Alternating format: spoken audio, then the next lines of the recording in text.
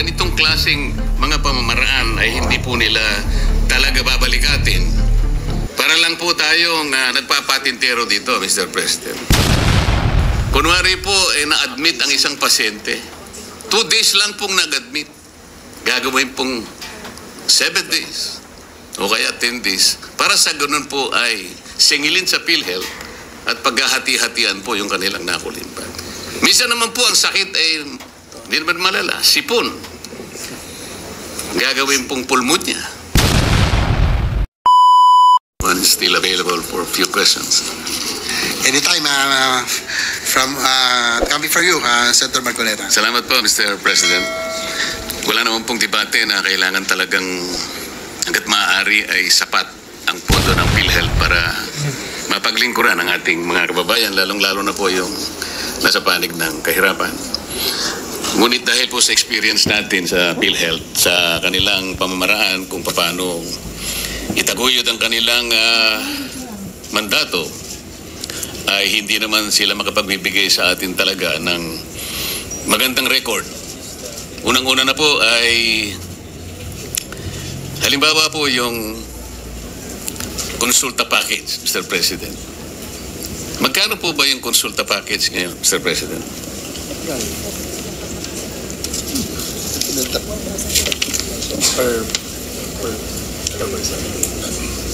Mr. President, itong konsulta package, maganda ang tinanong nyo.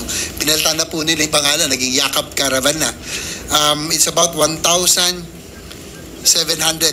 ang budget po per person, Mr. President.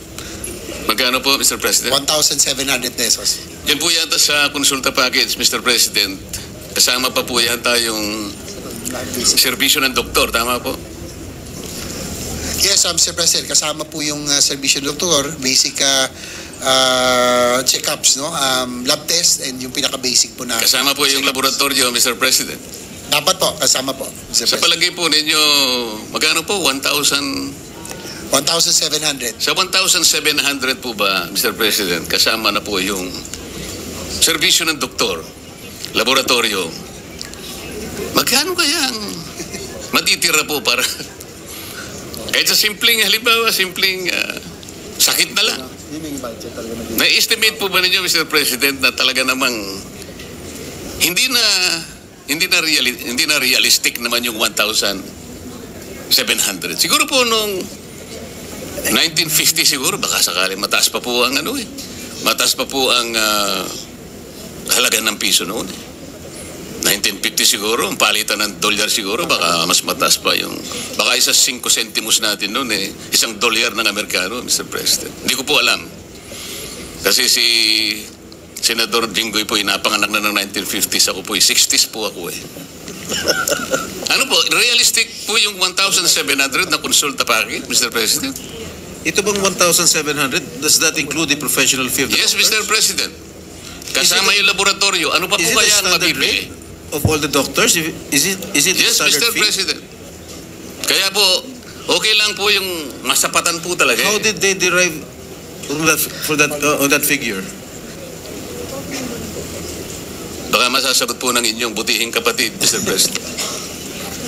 Yes, Mr. President, sa totoo lang po na medyo titignan nyo 1,700 for the basic check-ups and lab test, including doctors. Para pong una pa. Pero tinaas na po natin ito tinaas na po ito na nung una po ay 1,200. So ngayon po ay 1,700.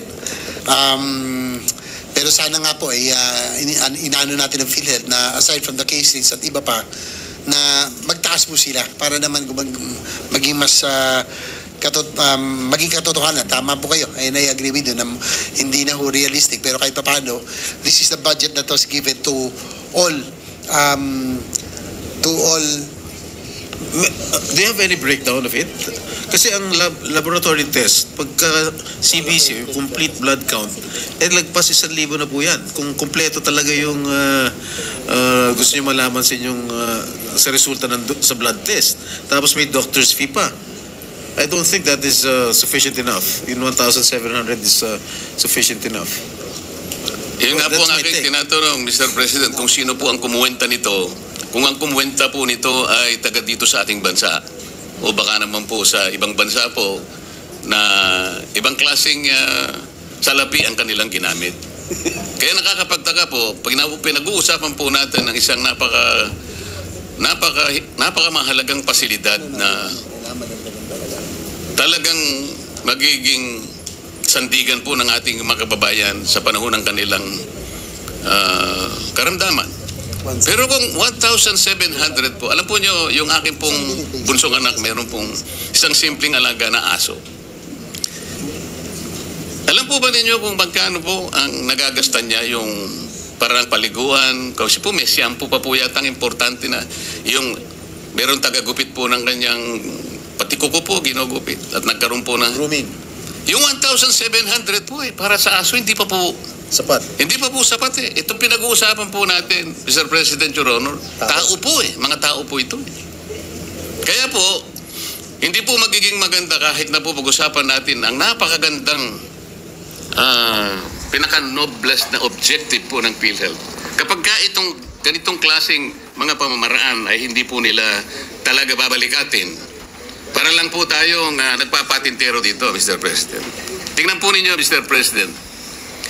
Based on PhilHealth's latest data, while 102 million Filipinos have registered with PhilHealth, only 27.8 million or 24% are enrolled with Consulta. So, naka-enroll po sa Consulta. Ilan percent po? 24% lang po ang naka-enroll out of 102 million registrants. Kahit na po naka-register, kung 1,700 lamang po ang package, baka po sa daga pwede po ito, Mr. President. Gusto ko lang po malaman kung kanino po galing yung 1,700 pesos per package. Kung PhilHealth ba? Sino ba? Kaya po nung tinanong ko po, Mr. President, ang sagot po ay 1,700, sinagot po ng ating... Yeah. Where did that figure come from? Siguro...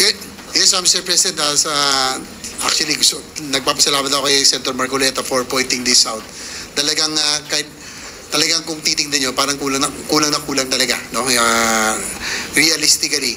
Pero yun nga po ang nilalaban ho natin sa PhilHealth ngayon. Hopefully with this new administration under Dr. Mercado, na maiba naman ang magiging direksyon ng PhilHealth.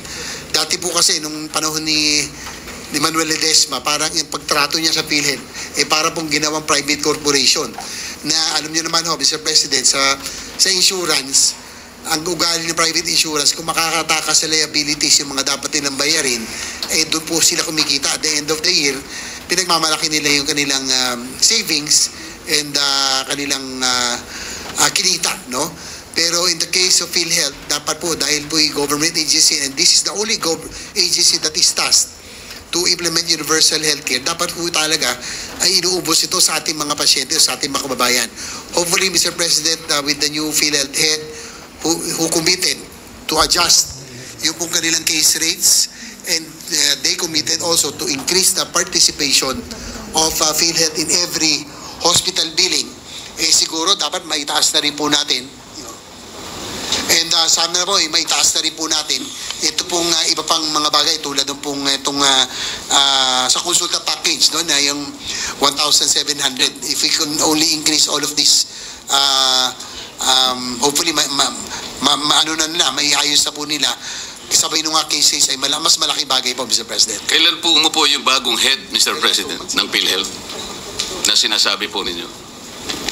Kung hindi ako nagkakamali, Mr. President, parang 3 buwan pa lamang po siyang nakakaupo, no? Or bandang June, no? Hindi po, palagay ko isang taon na po siya nakakaupo mula nang palitan niya si Ledesma. Wala pa, no? For the record po. Siguro siguro March or April, Mr. President. Kasi nung kamakailan, nandito pa si Ginoong Ledesma nung huling budget hearing na naging mainit pa nga yung ating deliberation on the floor, no? Nung nandito siya sa aking pagkakalam. Sa bandang Marso yata or February or March nung nakaupo si Dr. Mercado. Yeah, again, with the permission of Senator Marcoleta, where did those figures come from, itong 1,700? Did it come from PhilHealth? Ito sa konsulta package? Yes, Your Honor, Mr. President. That It came from PhilHealth. Alright. Sa kapit, mahigit na po siyang kalahating taon na siya ang head po ng PhilHealth, Mr. President. Tama po, Mr. President. Halos kalahating taon na pala. Kasi po, sa tala po, ito po babasahin ko. First patient encounter, health advocates estimate that only 1% of the total population actually availed of consulta benefits. 1% pa lamang po, Mr. President, ang nakabenepisyo na po sa, ewan ko po kung paano na benefit sa 1,700. Pero 1% lang po, Mr. President. So kung 1%, ilan po yung pasyente na yun? O isa 115 million po tayo. 100,000 lang po siguro na benefit. O baka hindi, mahina po tayo Out sa of the kwenta. 100 million, you mentioned earlier, 24% lang yung nag-avail ng consulta package. 100,000. Ganun po. Ganun po ang kaawa-awang kalagayan ng PhilHealth.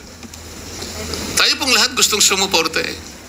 Kung kinakailangan pong lahat na po ng kayamanan ng Pilipinas, ibigay na po natin sa PhilHealth. Ngunit kailangan po namang ito ay talagang ayusin. Para sa ganun, yung perang ibibigay, pagtitiwala sa kanila, mapakinabangan po ng nangangailangan. Yun lang naman po yung pakiusap eh. Halimbawa, isa pa po, Mr. President, katakot-takot na corruption po sa PhilHealth.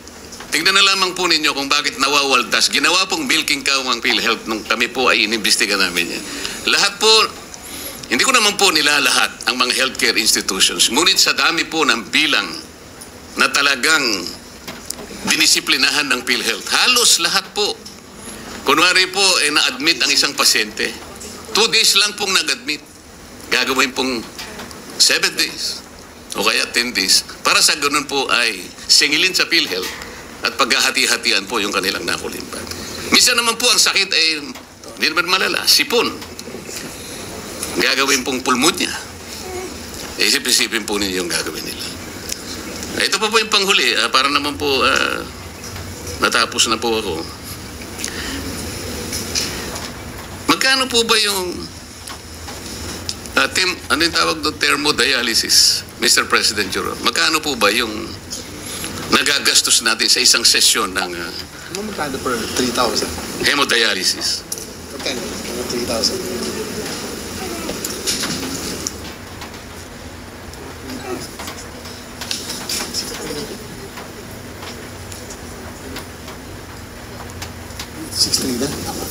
Your Honor, Mr. President, sa huli pong itong latest, nasa 6,350 na per session. Per session? Ang Dapat po binabasa, nasa 3,000 lang eh. Pero Per session o per cycle? Per session? Per session, Your Honor, Mr. President. So one day? 6,000? 6,350. So how can the... kaya ko po tinatanong, Mr. President, may palagay po ako na ang pinagbasihan po ninyo ng inyong sagot, Mr. President, Your Honor, ay itong nakuha ko pong post dito sa social media. Ito babasahin ko lang po sapagkat nakuha ko lang po. Marcos Legacy. Dialysis, sagot na ni PBBM sa pamamagitan ng PhilHealth. Lahat tayo ay miyembro at kabahagi nito. Ngayon po, sabi niya, second post, BBM Youth Movement, libre na ang dialysis. Sa halagang 6,350 bawat hemodialysis session, sagot ng PhilHealth hanggang 156 sessions sa buong taon. Ang tanong ko po, sino na naman po ang kumuwenta no 6,350? Kasi po kanina, yung konsulta, nagtataka na rin po ang ating presiding officer kung sino ang kumuwenta ng 1,700. Saan po kinuha yung 6,350? Your Honor, Mr. President, dapat po sana under the UAC law, meron po tayo tinatawag na HTAC, yung Health Technology Assessment Council, na ito po ay mga panel of experts, mga spesyalista, na sila po dapat nagde-determine kung ano po yung mga anything technical, sila po dapat ang tinatanong. So, siguro yan ang dapat natin malaman din kung sakaling magkaroon daw ng budget hearings o anumang hearings sa nandito pong PhilHealth, kung paano po nila nakuha yung pong amount na 6,350 per session. Dahil ang pagkakaalam ko kamakailan, dati ay nasa 4,000 pesos lamang per session. So, nagulat din ako na medyo tumaas na ng 6,350 from about 4,000 pesos. Mr. President, kasi po, doon sa 6,000 pesos, is that a government-owned hospital or private? 6,000? Any pa, Mr. President, government hospital or any private hospital as long as it's PhilHealth accredited, Your Honor. Hindi, kasi I just called up my brother who is undergoing dialysis. Tinanong ko lang kung magkano yung per session. Ang sinabi niya 10,000. Well, it's in a private hospital. Ako naman po, Mr. President, nagtanong-tanong po ako, ang nakukuha ko 500 to 600 pesos. Kasi po, Per session. per session po. Kasi Private. kung 156 sessions per year, yung 6,350, halos 1,000,000 po yun sa isang taon. Ang budget po ng PhilHealth sa dialysis is 20 billion. Sa mga katwid, kung ito po ang batayan na halaga, 6,350, 20,000 patients lang po ang kakasa sa 20 billion. Magkano po ba ang isang dialysis machine, Mr. President? Between 600 to 700, 600 to 800 pesos. Kinuwenta ko na lamang po sa 500. Ano yun po yung nakukuha ko pong feedback sa mga nagpapadialysis. Hindi po dapat 20,000 ang magiginabang. Tinaas na naman po nila. At the very least, Mr. President, 240,000 ang dapat makinabang. Ito na naman po, pag hindi nyo binantayan, this is again a possible source of corruption. Maraming salamat po, Mr. President. Thank you, Senator Marcoleta, for enlightening us through your interpellation. Senator Erwin Tulfo? Yes, Mr. President, maraming nagpapasalamat tayo kay Senator Marcoleta. Actually, marami pang dapat talagang ayusin din ng PhilHealth. No? Yung mga binanggit nyo kanina, yung mga upcasing cases, yung mga cataract scam at iba pa, yan na talagang dapat din nating masiguro na hindi na po mangyayari para mas magamit na maayos yung pong pondo ng PhilHealth.